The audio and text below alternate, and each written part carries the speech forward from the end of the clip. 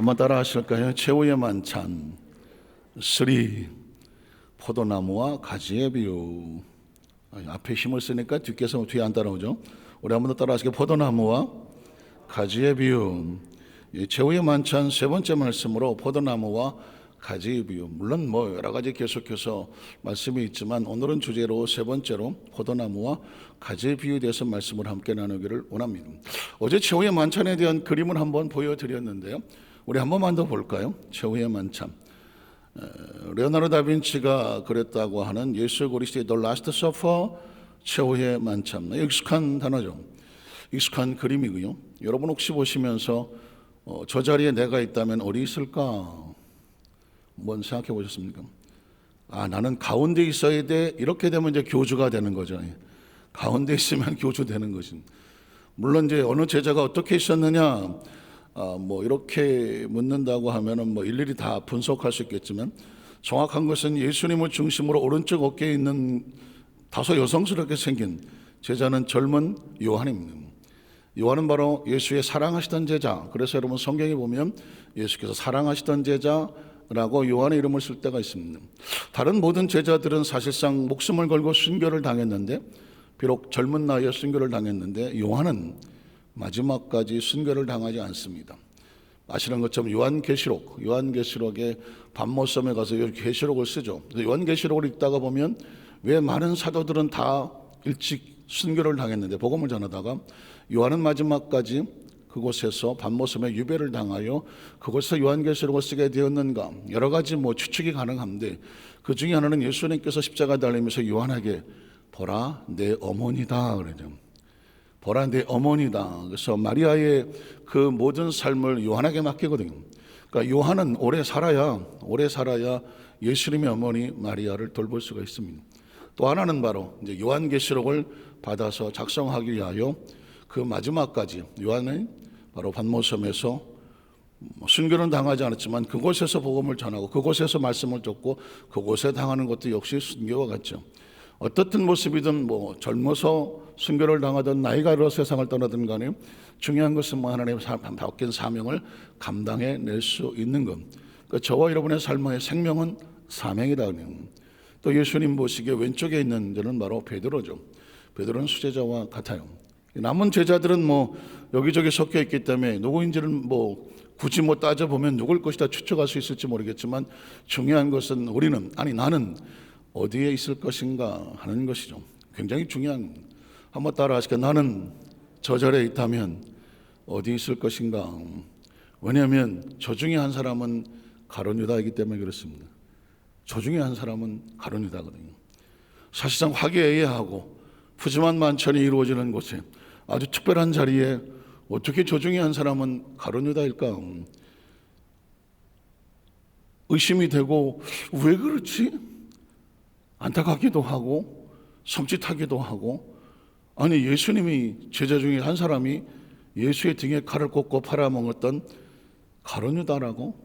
사실은 우리는 의구심을 처음에야 그러려니 했겠지만 그렇다고 하니까 기록됐으니까. 그런데 생각하면 생각할수록 예수님이 3년 반 동안 가르치고 기적의 현장을 보았고 말씀을 들었고 따라다녔으며 같이 있었는데요. 진짜 제자인데 그 중에 하나가 예수를 팔았다. 충격적인 사건이죠. 생각할수록. 혹시 여러분 조심스럽지만 목회학을 하는 가운데 이런 이야기가 있거든요. 천사가 목회를 해도 아주 적은 1% 중에 한 사람은 끝끝내 반대하는 사람이 있다. 항상 힘들게 하는 사람이 있다. 반대로 마귀가 그럴 일 없겠지만 마귀가 목회를 해도 그 중에 1%는 악착같이 또 그 마귀가 옳다고 쫓아다니는 사람도 있다. 그냥 목회학에서만 쓰는 겁니다. 그러니까 100% 완전한 어떤 것을 기대하기는 어렵다. 예수님이 목회를 해도 그 중에 하나는 가룟 유다였다라는 얘기는, 대한민국 대통령이 둘 중에 한 사람의 지지도 못 받잖아요. 50%를 못 넘깁니다. 참, 대통령인데, 나라를 대표하는 대통령인데 50%를 못 넘겨. 둘 중에 하나는 나를 찍었다고 하지만 둘 중에 하나는 또 나를 안 찍은 거고, 그런 정말 이 그룹을 끌어가야 되니까 사실 만만하진 않을 거다라고 예측을 한단 말이죠. 참, 뭐 나라는 그렇고 정치는 그렇다고 칠지라도 예수님의 제자 가운데 12명 중에 하나는 가룟 유다였다. 가장 중요하고 목숨을 걸어야 될 그 제자 그 중에 하나가 배신자, 배반자였다라고 하는 것은 우리에게 굉장한 메시지를 주고 충격을 주고 각오하게 됩니다. 이 땅의 삶을 살며 신앙생활하는 동안에 우리는 혹시 베드로처럼 부족해서 넘어질 망정 가룟 유다는 되지 말아야 된다. 왜냐하면 기껏 예수를 열심히 믿어놓고 주님께서 보시기에 차라리 너는 태어나지 말지, 이런 생명처럼 부끄러운 것이 어디 있고 가슴 아픈 것이 어디 있겠습니까? 오늘 그런 의미에서 오늘 예수께서 최후의 만찬 가운데에 무슨 말씀을 하고 싶었을까?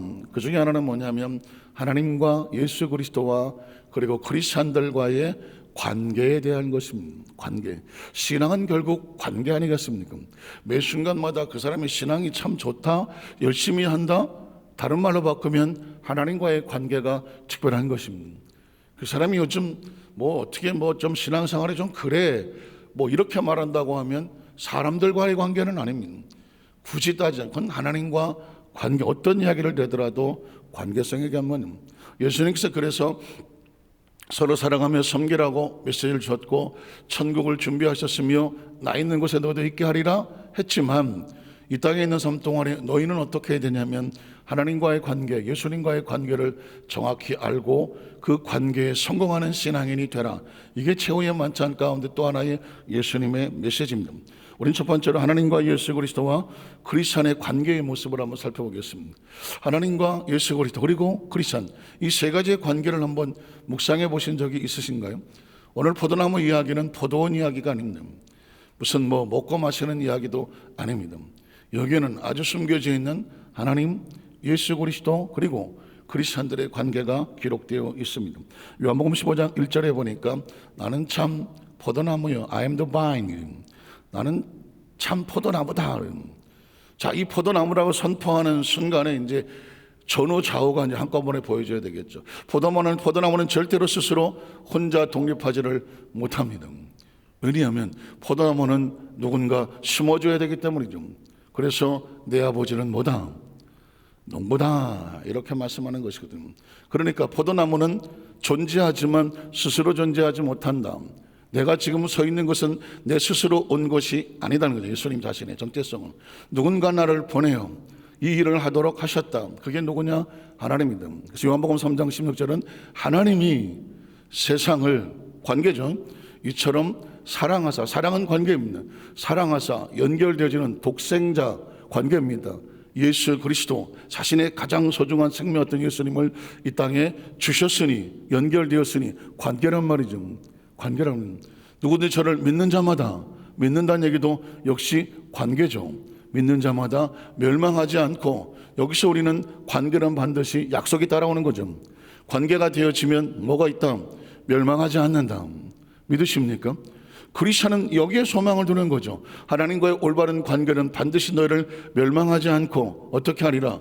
영생을 얻게 하리라. 영생도 사실은 가만히 보면 영원한 생명이지만 영원한 생명이 무슨 의미가 있겠습니까? 영원한 생명이 하나님과 온전한 관계가 되어졌을 때 그 생명은 생명으로서 가치가 있는 것 아니겠습니까?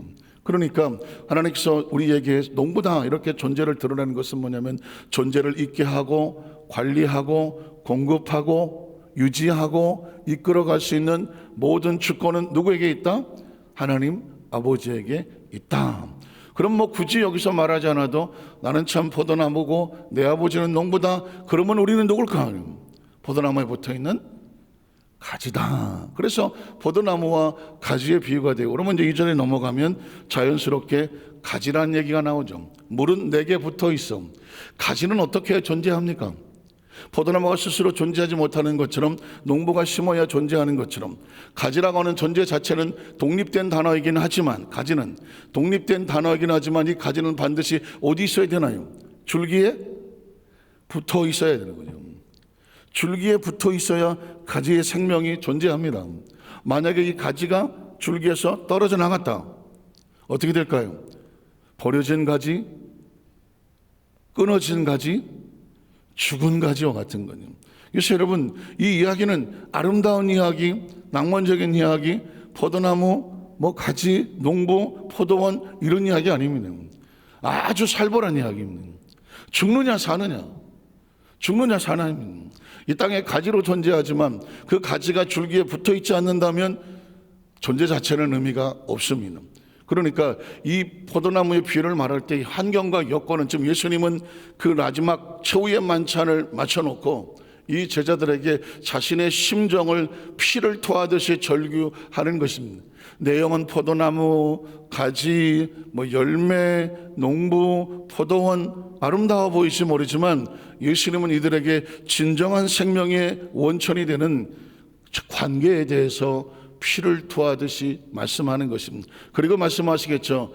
귀 있는 자는 들을지어다. 귀 있는 자는 왜? 예수님은 비유가 아니면 말씀하지 아니하셨다. 비유는 깨닫는 자에게는 확실하게 보이나 깨닫지 아니하면은 안 보이기 때문에 그렇습니다. 오늘 제가 이렇게 말씀하는 것도 똑같은 요한복음 15장의 포도나무의 가지 비유를 보면서 그냥 비유에 있는 표면적인 이야기를 할 수도 있겠지만 내면 속에 들어간 예수 그리스도의 처절한 절규를 듣는 수 있다고 한다면 그때 비로소 들리는 것이죠. 오늘 저는 우리 여도수 마산교회 성도들이 이 말씀을 드리면서 그럼 포도나무 가지 다 하는 거 아니야? 라가 아닌 그 세계의 최후의 만찬 가운데 예수님께서 어떻게든지 생명력 있는 가지를 만들려고 하는 그 생명들을 사랑하시고 위에서 사랑을 쏟으시는 주님의 절절한 절기와 부르짖음이 그 영혼의 심령을 깨트리고 흔들고, 그래서 어떻게 우린 반드시 이 포도나무의 줄기에 붙어서 살아남는 뭐가 되어야 되겠구나, 가지가 되어야 되겠구나. 그래야 비로소 가지는 뭘 맺을 수 있느냐? 열매를 맺을 수 있기 때문에 그렇습니다. 그래서 아주 중요한 단어는 붙어있다. 한번 따라하시게. 붙어있다. 붙어있어야 되는 거예요. 붙어있지 않으면 모든 건 끝입니다. 오늘 포도나무 가지의 가장 중요한 단어 중에 하나는 뭐냐? 붙어있다. 물은 내게 붙어서 열매를 맺지 아니하는 가지는, 붙어있어 열매를 맺지 않는 가지는, 이미 단정 붙어있지만 스스로 이 관계 공급이 차단되면 어떻게 될까요? 열매를 맺지 아니하면 아버지께서 그것을 모해 버리시고 제거해 버리시고, 섬찟하지 않습니까? 저는 신앙생활하면서 가장 무서운 단어가 뭐냐? 하나님과의 단절이다. 하나님과의 단절입니다. 이건 남이 뭐라고 할까 스스로 아는 거예요. 스스로 하나님과 단절이 돼버리면 그 자체가 심판입니다. 지옥을 따로 가야 되나요? 지옥은 따로 가지 않습니다. 하나님과 단절되면 거기가 지옥입니다. 천국은 따로 가나요? 어디 기차 타고 가나요? 천국은 여기 있다 저기 있다 하지 않는다. 어디 있다? 너의 안에 있느니라. 이 이야기는 뭐냐? 하나님과의 관계 속에서 하나님과 관계가 붙어 있으면, 관계가 회복이 되어 있으면 어차피 어디 가도 천국이다.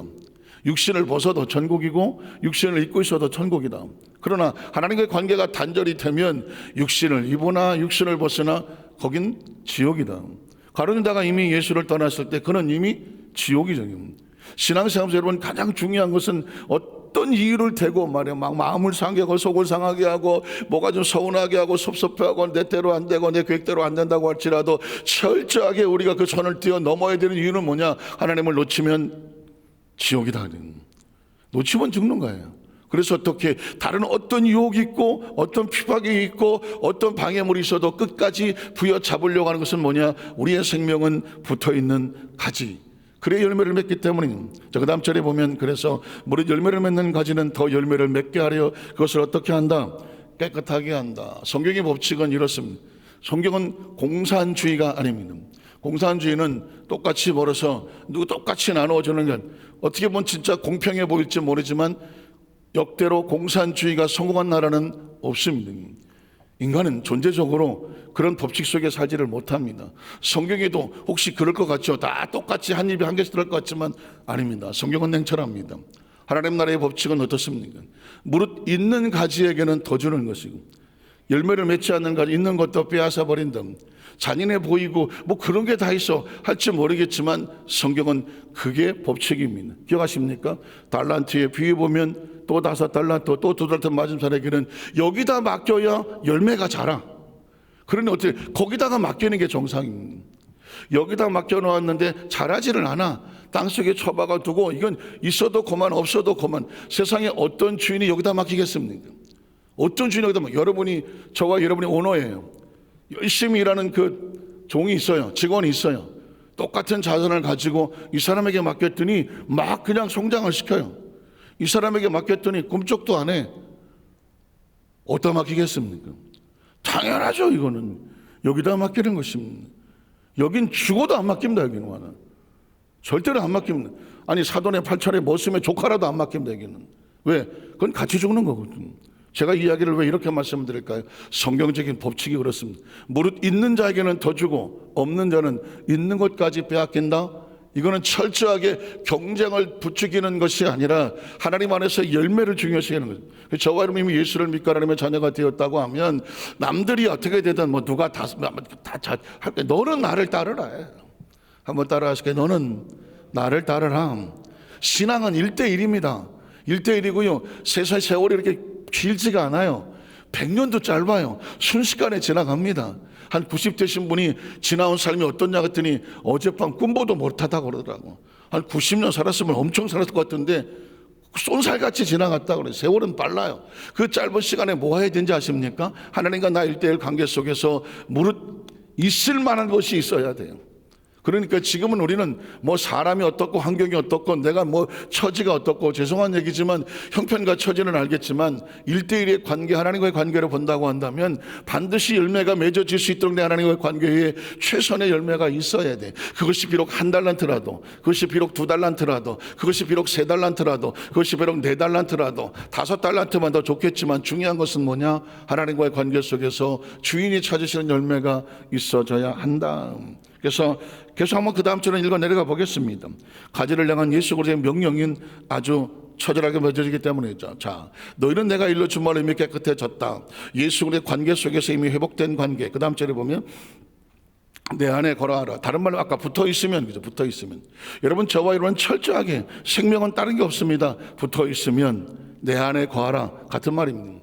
나도 너희 안에 거하리라. 자, 내 안에 거하라. 그리스도 포도나무와 가지는 무엇으로 붙어 있느냐? 나무끼리 보면 뭐 수간, 물간하고 이런 것들이 생명으로 붙어 있지만 하나님과 우리 사이는 무엇으로 붙으냐? 약속으로 붙어 있습니다.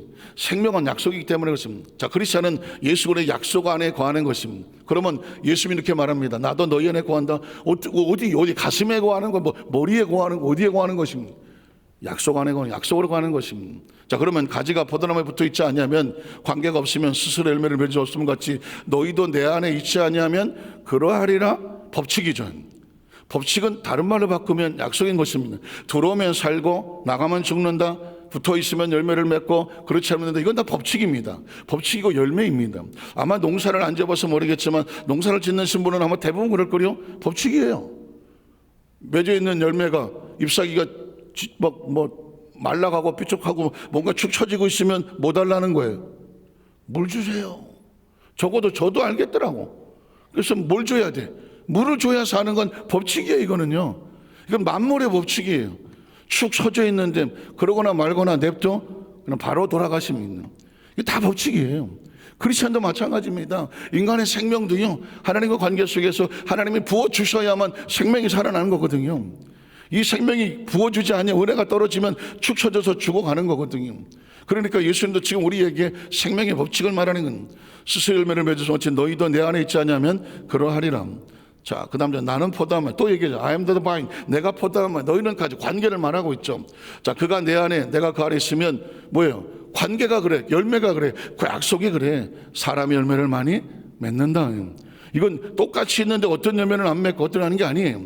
관계가 그렇고 약속이 그래. 열매를 많이 맺나니 나를 떠나서는 너희가 아무것도 할 수 있다 없다. 그러니까 포도나무를 볼 때마다 아니 그냥 뭐 벚꽃나무를 보든 무슨 진달래를 보든 개나리를 보든 걔네들은 우리에게 말하고 있는 거예요. 크리스찬이십니까? 우리는 존재적으로 합니다. 뿌리에서 줄기를 뽑고요. 그 줄기에서 가지가 뻗어갑니다. 가지는 꽃을 피우고 조금 있으면 열매를 맺죠. 붙어 있어야 삽니다. 아, 여러분 벚꽃놀이 가고 구경 갑니까? 걔네들은 우리에게 외치고 있습니다. 잘 붙어 계십시오. 잘 붙어 계십시오. 끝까지 붙어 계십시오. 그래야 꽃도 피고 열매도 맺습니다. 가지가 떨어지면 꽃도 없고 열매도 없습니다. 천하 만물 속에 하나님은 우리에게 강력한 메시지를 다 숨겨 놓았던, 나를 떠나서 너희가 아무것도 할 수 없다. 신앙적인 얘기가 아닙니다. 법칙적인 이야기입니다.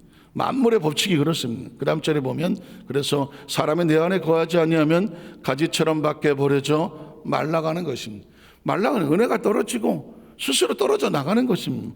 사람들이 그것을 모아다가 불에 던져 사른다. 왜? 가지가 열매를 맺지 않냐고 줄기에 떨어져 버리면 존재 자체 생명을 잃었고 사명을 잃었고 직분을 잃었습니다. 거기 홀로 떨어져서 뭐 어쩌고 저쩌고 해봤자 아무도 들어주지 않습니다. 아니, 쓸모가 없습니다. 제가 아까 처음부터 얘기했습니다. 낭만적인 이야기가 아니다. 무슨 뭐 포도나무가 어쩌고 포도원이 어쩌고 뭐 농부가 어쩌고 꽃이 어쩌고 뭐 청포도가 어쩌고 이야기하는 게 아닙니다. 이건 아주 정말 살벌하며 정확하며 생명이 죽느냐 사느냐 이 이야기를 하고 있단 말입니다. 그래서 마지막 7절 8절에 가보면 너희가 내 안에, 계속 반복되죠. 너희가 내 안에 거하고 내 말이 너희 안에 거하면, 말 자체가 뭐라고 말씀드렸죠? 약속이죠. 그 약속을 붙잡고 거하면 무엇인지 원하는 대로 구하라. 그리하면 이루리라. 이게 뭐예요? 약속입니다. 예수 그리스도의 말씀, 하나님 말씀에서 우리에게 법칙을, 성경을 많이 외우죠. 성경을 많이 쓰죠. 성경을 많이 듣죠. 어떻게 하려고 쓰는 겁니까? 나 이렇게 많이 알아? 자랑하려고 하는 겁니까? 아닙니다. 그만큼 이 말씀의 영적인 실탄이 되어서 그때그때마다 하나님의 약속이 기억나기 때문이죠. 약속을 붙잡는 것이죠. 약속을 알면 뭐가 생깁니까? 마음에 믿음이 생기죠. 약속을 알면 그 약속대로 구할 수 있는 길이 생겨나게 되죠. 아무것도 안 보였는데 구하고 찾고 문을 두드려라. 그리하면 내가 열고 들고 찾고 얻게 하리라. 이게 다 약속인 거예요. 그 약속을 믿으니까 그래, 찾자, 두드리자, 구하자. 왜 그럽니까? 하나님에 대한 절대 신뢰에 대한 그 약속이 확신이 들어오기 때문에 그러는 거죠. 자, 마지막 8절에 보면 너희가 열매를 많이 맺으면, 포도나무를 심은 이유가 뭘까요? 가지를 뻗는 이유가 뭘까요? 열매 먹는 거죠. 열매를 많이 맺으면 내 아버지께서 영광을 받으실 것이고 너희는 뭐가 되리라? 제자는 뭐다? 열매를 맺는. 아까 그 최후의 만찬에 열심히 12제자 기억하십니까? 그 자리에 내가 있다면 과연 어디에 있을까? 가장 사랑하시는 제자, 가장 믿을 만한 제자일까? 아니면 보기만 해도 너 어쩌자고 가슴 아파하는 제자일까? 이제는 뭐 남은 시간이 얼마 남지를 않았어요. 적어도 여기까지 온 사람, 우리에겐 인생이 100년도 안 남았습니다. 오늘 우리에게 주신 말씀을 가슴에 끌어, 이걸 어떻게 들을 것인가?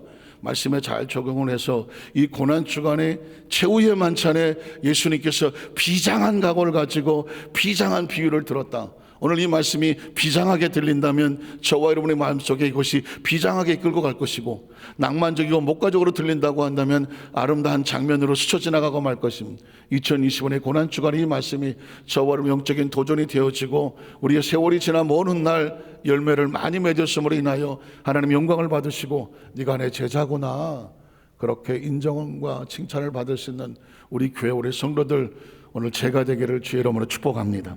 기도하겠습니다. 하나님 아버지 감사합니다.